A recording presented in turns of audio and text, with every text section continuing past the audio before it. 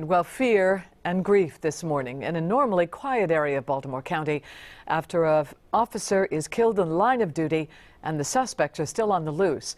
Now, that officer was investigating a report of a suspicious vehicle when she confronted the suspects in a Perry Hall cul-de-sac. WJZ continues to have a team of reporters on this story. We're going to begin with Mike Hsu. He is live on Linwood Way with the latest from the police this morning. Good morning, Mike.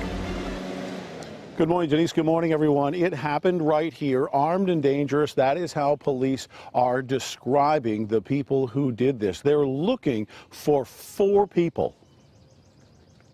Chaos in the county after a call goes out that an officer is down. It happens around 2 Monday afternoon in Perry Hall. There's a call to 911 to report a suspicious vehicle on Linwood Way. We received a call at our 911 center about a possible burglary with 4 suspects. Our patrol officer responded, was confronted, and from that point, she was injured, and we are now investigating this as a homicide. Initial reports said she was shot. Later eyewitnesses report she was run over, but police have not released specific details about how she died. The officer, just weeks shy of her 4-year anniversary with the department, was pronounced dead at MedStar Franklin Square Hospital less than an hour after that initial encounter. Hours later, police scour the area for suspects. The governor and the police chief called the situation terrible. 4-year veteran, and unfortunately, life cut short. But we're trying to work with the family. Residents try desperately to go home after maneuvering blockades near Bel Air Road. This woman said her family tried to help the fallen officer. My oldest son is a practicing firefighter. He was first on the scene to be with her before Baltimore County got there. People who live there were warned to shelter in place, including Stephanie's husband, who spoke to WJZ over the phone. Just all started very quickly with my son being outside and running inside the house frantically. That police officer was just run over by a Jeep. And I kind of looked at him in disbelief and came out the front door, and there she was laying in the middle of the road. Now, police are looking at the body camera footage to try to get a better handle on who killed their officer here. All of the traffic restrictions in this area have now been lifted. I'm Mike Hsu reporting live in Perry Hall. Back to you, Denise. All right, thank you very much, Mike. Now, hundreds of children yesterday were kept inside several elementary schools in the area immediately after that attack. And Ron Matz is live at one of those schools right now. Good morning, Ron. Good morning once again, Denise, and we have word into WJZ this morning, very important, that all Baltimore County public schools will open on time, and there will be an additional police presence in those schools in the Perry Hall area, including Perry Hall Elementary, the school right behind me. After the killing of that Baltimore County police officer yesterday afternoon, several schools in the Perry Hall area were placed on alert. Perry Hall residents have an emotional night. Just hectic, trying to get her home, and yeah. Been a long day. Long day, yes.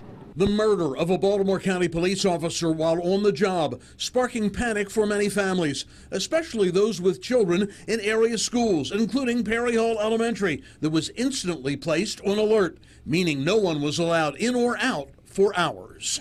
More concerned for her being in there and us to not be able to get to her. I'm really lucky that I have my kid away here.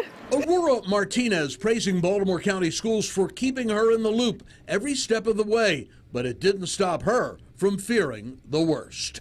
You are not safe. You don't know if you will see your kid again, you know. Seven Oaks, Gunpowder, and Kearney Elementary were also placed on alert. All of them less than 3 miles from the scene of the crime off nearby Bel Air Road.